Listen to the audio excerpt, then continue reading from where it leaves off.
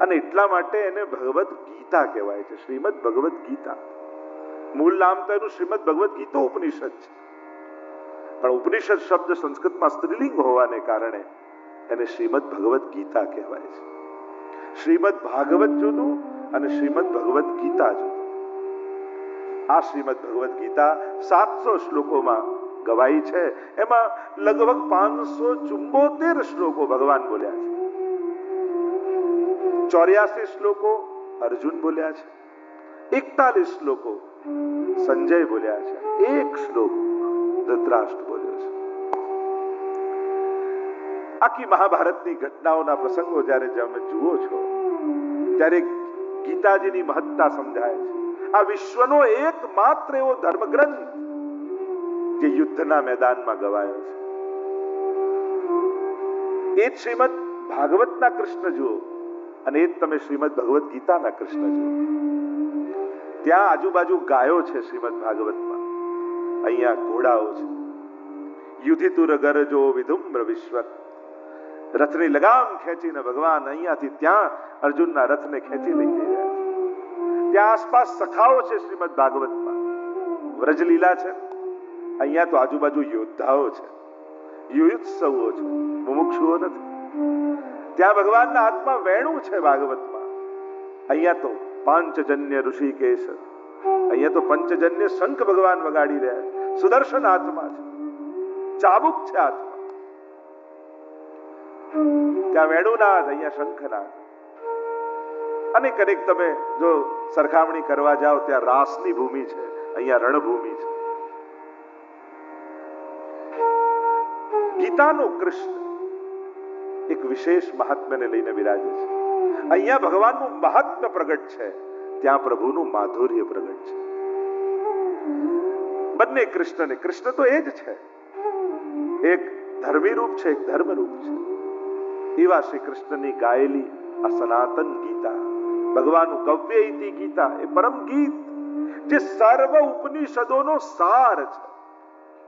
અને એટલે જ મહાત્મ્યના શ્લોકોમાં ગીતાજીના આવે છે કે સર્વ ઉપનિષદો ગાવો દોગ્ધા ગોપાલ નંદન પાર્થો વત્સ સુધીર ભોક્તા દુગ્ધમ ગીતામૃતમ મહત. સર્વ ઉપનિષદ ગાય છે, સર્વ ઉપનિષદો ગાવો અને દોગ્ધા ગોપાલ નંદન. ગીતાજી તો સર્વ ઉપનિષદોનો સાર છે. અને મહાત્મ્યમાં તો ત્યાં સુધી ગયું, જેણે ગીતાજીનું અધ્યયન કર્યું છે એને બીજા કોઈ ગ્રંથો ખોલવાની જરૂર નથી, કારણ કે સર્વ ઉપનિષદોનો સાર એમાં સમાયેલો છે. તો સર્વ ઉપનિષદો ગાય છે અને દૂધ ગીતા છે. જો ગાય દૂધ આપે ના, ક્યારે આપે નહીં, દૂધ તો કાઢવું પડે. કોણ કાઢે? તો કે ગોપાલ, ગોવાળ. અને ગોવાળ કોણ? કે કૃષ્ણ. તો સર્વ ઉપનિષદો ગાવો દોગ્ધા ગોપાલ નંદન પાર્થો વત્સ. પણ ગાયને એમને એમ ન ધોવાય, સૌથી પહેલા વાછરડું છોડવું પડે. વાછરડું છોડો ને ગાયના થનમાં મુખ લગાવે ત્યારે ગાયના થનમાં દૂધ આવે. અને પછી એ ગોવાળ જે દોહવા બેઠો છે એ વાછરડાને ખેંચી લે અને ગાયનું દોહન કરી લે. એમ જ અર્જુન તો નિમિત્ત વાછરડા જેવો છે. ભગવાનને આ ઉપનિષદ રૂપી ગાયનું દોહન કરીને ગીતાનું અમૃત સંસારને આપવું છે. અને એટલા માટે અર્જુનને મોહ જાગ્યો નથી, ભગવાને જગાડ્યો છે. કારણ કે જ્યારે અર્જુન એમ કહે છે કે સૈનયોર ઉભયોર મધ્યે રથમ સ્થાપય મેચ્યુત, એ અચ્યુત ભગવાન, એ પરમાત્મા, બંને સેનાઓની મધ્યમાં મારો રથ ઉભો રાખો. મારે સેનાઓને જોવી છે, મારે જોવું છે કે કોની સાથે લડવાનું છે. ભગવાન ઈચ્છે જ ને તો અર્જુનના રથને દુશાસનની સામે, દુર્યોધનની સામે, એવાની સામે ઉભો રાખ્યો હોત કે અર્જુનને થાય કે હમણાં લાવ તીર છોડું અને બધાને સમાપ્ત કરી નાખું. આ તો કૃષ્ણ છે ને, આ તો ગોપાલ છે ને. જાણી કરીને રથ એવી જગ્યાએ ઉભો રાખ્યો જ્યાંથી ભીષ્મજી દેખાયા, દ્રોણાચાર્ય દેખાયા, કૃપાચાર્ય દેખાયા, સ્વજનો દેખાયા. થયું કે આમને મારવાના છે.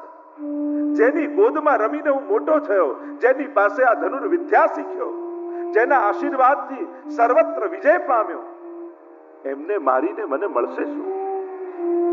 મોહ જાગ્યો. આ પરમાત્માની જ ચતુરાઈ છે.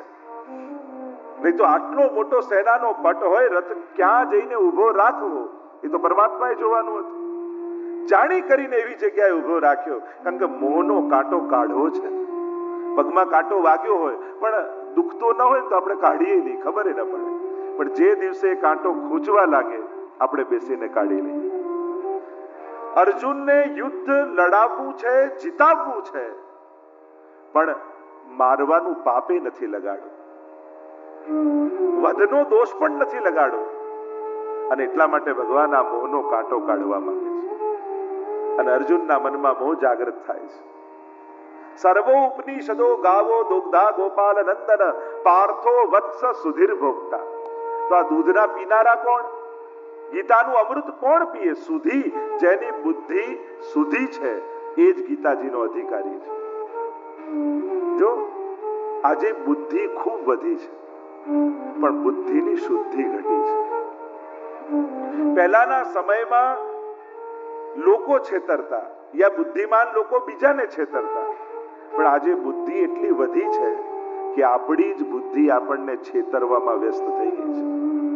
હવે બીજા કોઈની જરૂર જ નથી, આપણી જ બુદ્ધિ આપણને રોજ છેતરે છે.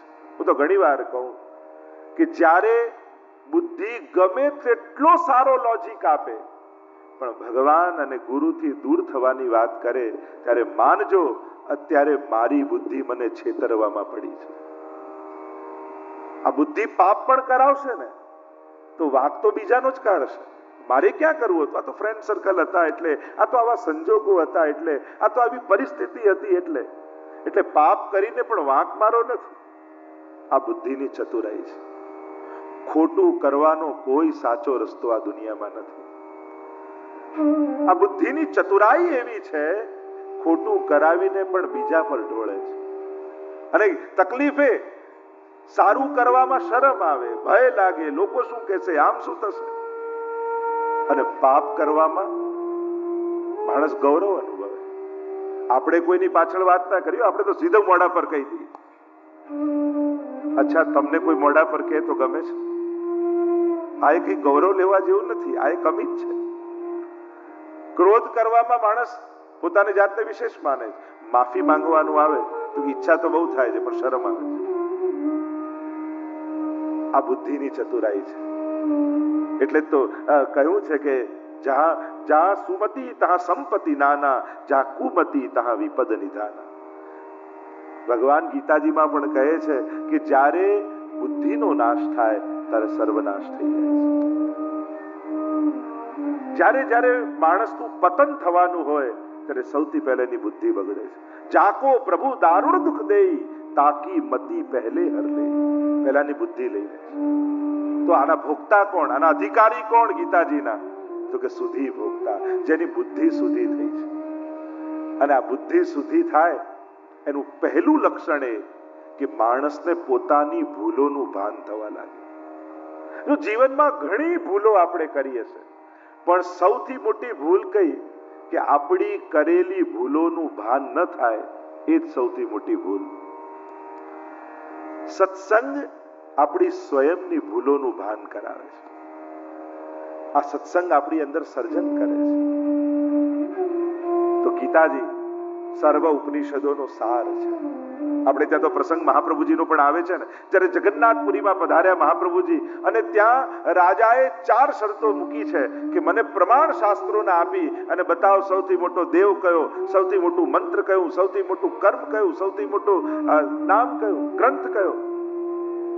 મહાપ્રભુજી પધાર્યા શાસ્ત્રાર્થમાં અને કહ્યું કે મહારાજ હું તો ઉત્તર આપીશ, પણ હું આપીશ તો કદાચ તમે સ્વીકાર ન કરો તો શું કરવું? તો કે એક ઉપાય, ભગવાન જગન્નાથના દરબારમાં એક કાગળ અને કલમ મૂકો અને સ્વયં ભગવાન જગન્નાથ એનો ઉત્તર આપે. સૌથી મોટો ગ્રંથ કયો, સૌથી મોટું મંત્ર કયું, સૌથી મોટો દેવ કયો, સૌથી મોટું કર્મ કયું. અને જગન્નાથજીની આગળ કાગળ અને કલમ મૂકવામાં આવ્યા. કપાટ બંધ કર્યા મંદિરના, અને બીજા દિવસે પ્રભાત સમયે દ્વાર ખોલ્યા ત્યારે સ્વયં ભગવાન જગન્નાથજી એક મંત્ર શ્લોક લખ્યો હતો. એકમ શાસ્ત્ર દેવકી પુત્ર ગીતમ, એકમ દેવો દેવકી પુત્ર એવ, મંત્રોપેકસ્તસ્ય નામાની યાની, કર્માપેકમ તસ્ય દેવસ્ય સેવા. કોઈ એક શાસ્ત્ર આ વિશ્વમાં હોય, એકમ શાસ્ત્ર દેવકી પુત્ર ગીતમ, એ છે દેવકી પુત્ર કૃષ્ણની આ ભગવદ ગીતા. વિવેકાનંદના પણ જીવનના પ્રસંગોમાં કહેવાય છે ને, શિકાગો જ્યારે ગયા, ધર્મ સંમેલન હતું, અન્ય ધર્મ ગ્રંથો અને ધર્માચાર્યો ભેગા થયા હતા, અને ભગવા પહેરેલા એક હિન્દુ સંન્યાસીને જોયા અને થયું કે આની મજાક કરીએ, અને ગીતાજીને સૌથી નીચે રાખી એની ઉપર બધા જ ધર્મ ગ્રંથો ગોઠવી દીધા, અને પૂછ્યું કે વિવેકાનંદજી હવે તમને કેવું લાગે છે? વિવેકાનંદજીએ ઉત્તર આપ્યો કે તમે જે કાંઈ કર્યું બિલકુલ બરાબર કર્યું છે. અરે અમે તો સૌથી નીચે તમારી ગીતાજીને રાખી છે કે તમે જે કર્યું બરાબર છે. કે આવું કેમ? ત્યારે વિવેકાનંદજીએ કહ્યું, આ જેટલા ધર્મ ગ્રંથો છે એના મૂળમાં કોઈ તત્વ જ્ઞાન હોય તો આ ગીતાજીનું તત્વ જ્ઞાન છે. કારણ કે મૂળ જો આ ખસેડો તો બાકી બધા જ ધર્મ ગ્રંથો પડી જશે. એમને થયું કે અમે તો મજાક કરવા ગયા ને, આપણે તો કોઈ જુદો જ અર્થ કર્યો, સૌથી ઉપર ગીતાજીને રાખ્યા. કહ્યું કે હવે શું લાગે છે? હવે કેમ લાગે છે કે તમે જે કર્યું બિલકુલ બરાબર કર્યું? આ બધા ધર્મ ગ્રંથોના તત્વ જ્ઞાનમાં કોઈ શિરમોર હોય તે ભગવદ ગીતાજી જ છે. થયું કે અમે અપમાન કરવા જઈએ છીએ ને કોઈ ઉત્તમ અર્થ કરે તો બધા ગ્રંથોની વચમાં રાખ્યા ગીતાજી, અડધા નીચે ને અડધા ઉપર. કહ્યું હવે કેવું લાગે છે? તો કે તમે જે કર્યું બિલકુલ બરાબર કર્યું છે. આ જેટલા ધર્મ ગ્રંથો છે એ બધાના હૃદયમાં મૂળમાં કોઈ હોય તો એ ભગવદ ગીતાજીનું જ જ્ઞાન છે. એવું ભગવદ ગીતાજી, અને આપણે બધા જ ભાગ્યશાળી થયા છે ગીતાજીને કેન્દ્રમાં રાખી અને ચર્ચા કરવા માટે એકત્રિત થયા છે. આइए महाभारत के प्रसंग में प्रवेश करते हैं. अथ श्री महाभारत कथा, अथ श्री महाभारत कथा. कथा है पुरुषार्थ की, स्वार्थ की, परमार्थ की, सारथी जिसके मैं श्री कृष्ण भारत पार्थ की. अथ महाभारत कथा, अथ श्री महाभारत कथा. મહાભારતના દિવ્ય પ્રસંગો ઘણીવાર સંજોગો એવા થઈ જતા હોય કે માણસ એને ઉલઝાવી ન શકે, વાંક કોઈનો ન હોય, પરિસ્થિતિઓ એવી આવી જાય. ટૂંકમાં જો મહાભારતની આખી કથાને લઈ લઉં તો તમને મહાભારતના શ્લોકો સમજવામાં થોડું સરળ બને. પહેલા શ્લોકમાં જ્યારે મામકાહ અને તાવકાહ આવશે ત્યારે એ ભેદ સમજાશે. પાંડવાશ્ચૈવ કિમ અકુર્વત સંજય, આ મારું તારું ક્યાંથી પેદા થાય છે? શાંતનુ રાજાથી શરૂ કરીએ. ભીષ્મજીએ પ્રતિજ્ઞા કરી, ભીષ્મ પ્રતિજ્ઞા કહેવાય, આ સિંહાસનને વફાદાર રહીશ. જે રાજા બનશે,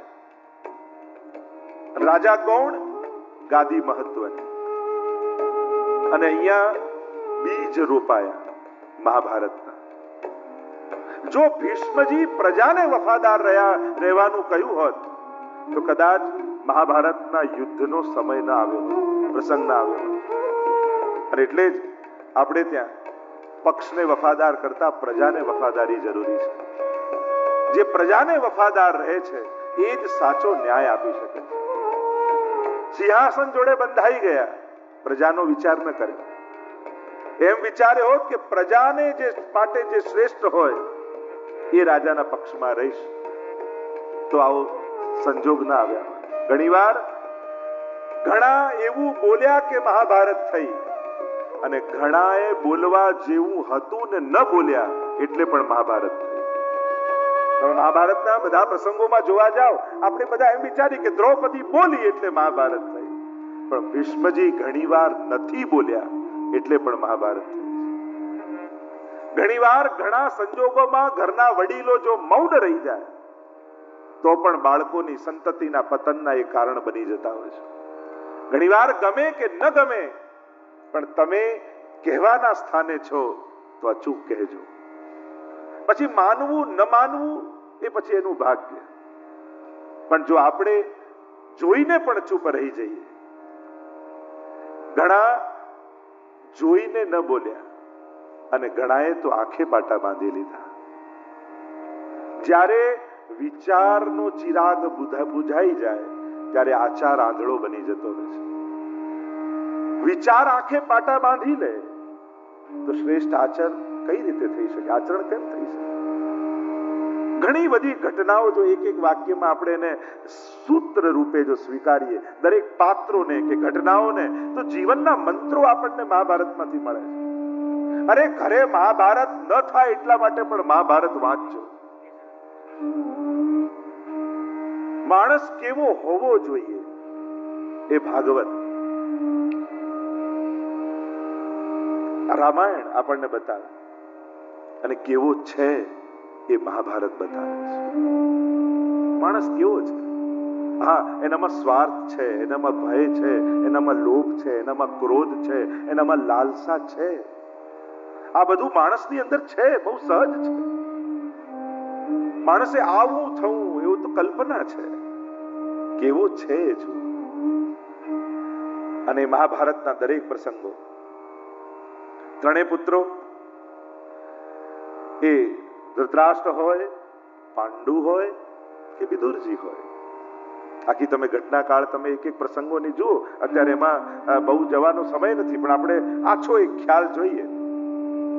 રાજા બનવા જોઈએ ધૃતરાષ્ટ્ર, મોટો દીકરો છે, અને પરંપરા એવી હતી કે જે મોટો દીકરો હોય એ રાજાની ગાદી પર બેસે, પણ અંધ છે, અને એટલા માટે આવા સંજોગોને કારણે એ શ્રેષ્ઠ શાસક ન બની શકે, એટલા માટે પાંડુને રાજા બનાવે.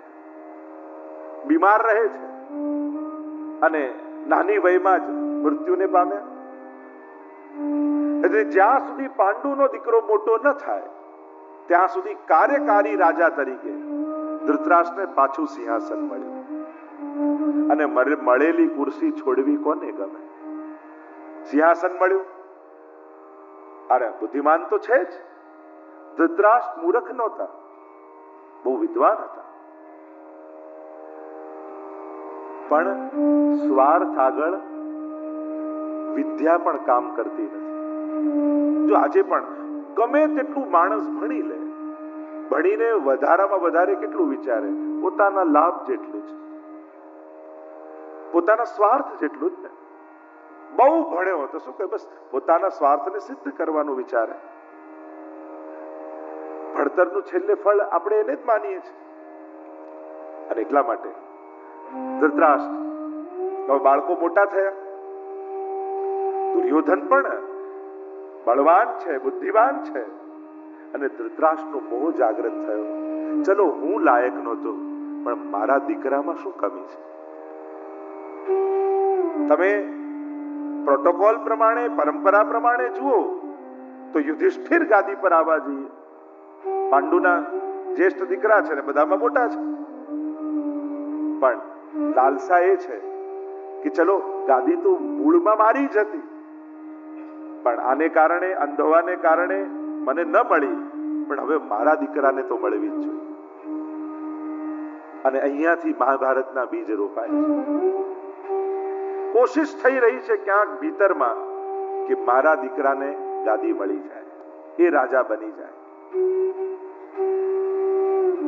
ઘણા પ્રયત્નો થયા, ઘણી કોશિશ થઈ. આ બધા ઘટનાઓને જાણો છો. દ્યુત ક્રીડા થઈ, વનવાસ મળ્યું, ને ઘણી બધી ઘટનાઓ, ચીર ખેંચાયા, અને કેટલી ઘટનાઓ આ ગીતાજીના, મહાભારતના યુદ્ધ પહેલાઓ થઈ ચૂકી છે. ઘણા કે ભગવાન કૃષ્ણ યુદ્ધ કર્યો. અરે ભગવાને તો છેક સુધી કોશિશ કરી છે યુદ્ધ ટળી જાય. ભગવાન કોઈ યુદ્ધ પ્રિય વ્યક્તિ નથી, એમણે તો કોશિશ કરી છે. છેલ્લે પોતે દૂત બની અને દુર્યોધનને સમજાવવા માટે જાય છે. દુર્યોધનની સભામાં ઉભા રહીને ભગવાન પોતે કહે છે, દુર્યોધન તને ગમતા ન હોય, જેમાં કાંઈ ઉગતું ન હોય, એવા બંજર 5 ગાંવ પાંડવોને આપી દે, યુદ્ધ ટળી જશે. પાંડવોને સમજાવવાની જવાબદારી હું લઉં છું. અને દુર્યોધન એ સમયે કહે છે, જો જેની બુદ્ધિ બગડી હોય ને એ ભગવાન અને ગુરુ અને શાસ્ત્રોનું વાત માને નહીં. જેનું પતન આવ્યું હોય એની સમજ બંધ થઈ જાય. અને દુર્યોધન ત્યાં કહે છે ભગવાનને કે સોયની નોક ઉપર જેટલી જગ્યા હોય એટલી પણ યુદ્ધ વગર નહીં આવે. અને ત્યારે પ્રભુ કહે છે તો હવે થઈ જવા દે યુદ્ધ, કારણ કે હવે યુદ્ધ ધર્મ અને અધર્મથી જુદું સ્વધર્મ બની ગયો છે. અર્જુન ધર્મ અને અધર્મમાં મોહિત થયો છે, વિષાદ આવ્યો છે, અને પ્રભુ આગળ સમજાવશે, કારણ કે 18 અધ્યાય ગીતાજીના છે. એમાં પહેલા 6 અધ્યાય એ કર્મ ષટક કહેવાય, પછીના 6 અધ્યાય એ ભક્તિ ષટક કહેવાય, અને પછી આપણે વિચાર કરીએ તો જ્ઞાન ષટક થઈ જાય. એવા 6 અધ્યાયમાં ગીતાજીને વાંટવામાં આવે છે. અને એટલા માટે પહેલા કર્મ, જો ગીતાજીનો કર્મયોગ યા કર્મનો સિદ્ધાંત અને શાસ્ત્રોનો કર્મ માર્ગ આ બંને જુદા છે. શાસ્ત્રોમાં જે કર્મ માર્ગ કયો છે એને કર્મકાંડનો, યજ્ઞનો માર્ગ, એને કર્મ માર્ગ કહેવાય. પણ ગીતાજીએ કર્મયોગ એક જુદો આપ્યો છે, જેને કર્મનો સિદ્ધાંત આપણે કહીએ છીએ. અને અદ્ભુત રીતે કર્મની મહત્તા ભગવાને સ્થાપિત કરી ગીતાજી. એનાથી પૂર્વ એટલું બધું કર્મને પ્રધાનતા નથી અપાતી. અને અહીંયા જે ભગવાને કર્મયોગ કયો છે, અદ્ભુત ચર્ચા છે. જેમ જેમ એ આમાં આપણે પ્રસંગ કરીશું, કારણ કે 3 દિવસમાં આખી ગીતાજી તો નહીં લઈ શકાય, આપણે ગીતાજીનો સાર લઈ શકાય. ગીતાજી પૂરી થાય એનો પ્રયાસ મારો નહીં રહે, પણ ગીતાજી તમારા સુધી પહોંચી જાય એનો પ્રયાસ હું જરૂર કરીશ. મને પહોંચાડવામાં રસ છે, બતાવવામાં રસ નથી. સાર ગીતાજીનો આપણે એ અર્ક લેવાનો પ્રયાસ કરીશું. તો આ 6 ષટક ગીતાજીના છે. અદ્ભુત રીતે ભગવાને સર્વ શાસ્ત્રોનું દોહન કરી અને એક એનો અર્ક આપણને આપ્યો છે. દુર્યોધન સાથે નક્કી થયું યુદ્ધ થવાનું, અને હવે કોશિશ થાય છે કે બધાને પોતાના પક્ષે લઈ લઈએ, અને સ્વયં ભગવાન પાસે આવ્યા છે. જો ભગવાને બલરામજીને પહેલેથી આ યુદ્ધથી જુદા રાખવાની કોશિશ કરી, કારણ કે એમને ક્યાંક સોફ્ટ કોર્નર દુર્યોધન માટે છે, કારણ કે એમનો શિષ્ય છે, ગદા યુદ્ધ એમની પાસે શીખ્યા છે, એટલે યાત્રા કરવા માટે મોકલી દીધા છે. ભગવાન પાસે આવ્યા છે, આ બધા જાણો છો કે પહેલી નજર પડી અર્જુન પર, દુર્યોધનને, અને ઓપ્શન આપ્યા કે એક બાજુ મારી સેના છે અને એક બાજુ નિહત તો હું છું, તારે કોને પસંદ કરવા છે? અજ્ઞાનીને સંખ્યામાં તાકાત લાગે છે, એને થયું કે તમારી સેના જ જોઈએ છે. આપણે બધા ઘણીવાર એવું જ કરીએ છીએ ને, જઈએ ભગવાન પાસે મંદિરે, ભગવાન પણ હંમેશા 2 ઓપ્શન આપે છે, મારી જરૂર છે કે મારાથી જરૂર છે. પ્રભુ ઓલવેઝ બધાને ઓપ્શન આપતા હોય છે, અને આપણે ભગવાનથી માંગીને આવીએ છીએ, ભગવાનને માંગીને નથી આવતા. અહીંયા પણ એમ જ થયું. એ જ પ્રભુએ 17 વાર જરાસંઘની સેનાઓને એકલા ભગાવી દીધી હતી, અને અહીંયા એ જ સેના, નારાયણની સેના માંગી છે. 18 અક્ષોહિણી સેના યુદ્ધમાં છે, 11 અક્ષોહિણી કૌરવની, 7 અક્ષોહિણી પાંડવ. 18 નો આંક ગીતાજીમાં બહુ વિશેષ રૂપે વર્ણિત થયો છે, કારણ કે મહાભારતના પણ 18 પર્વ છે, ગીતાજીના 18 અધ્યાય છે, 18 અક્ષોહિણી સેના છે, 18 દિવસ યુદ્ધ ચાલ્યું છે.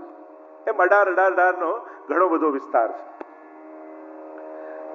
તો અહીંયા યુદ્ધ નિર્ધારિત થયું મહાભારત.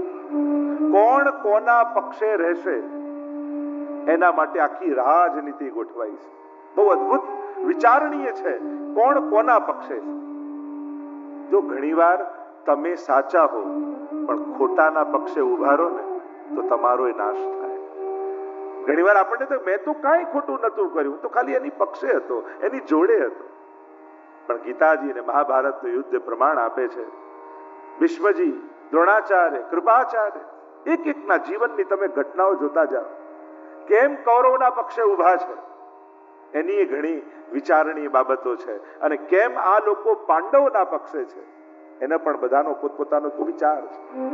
અને દરેક વ્યક્તિઓના નામ આપ્યા છે, અહીંયા જુએ છે બધા પક્ષોને. બહુ મહત્વનું છે ક્યાં ઉભા છો, કોની જોડે છો.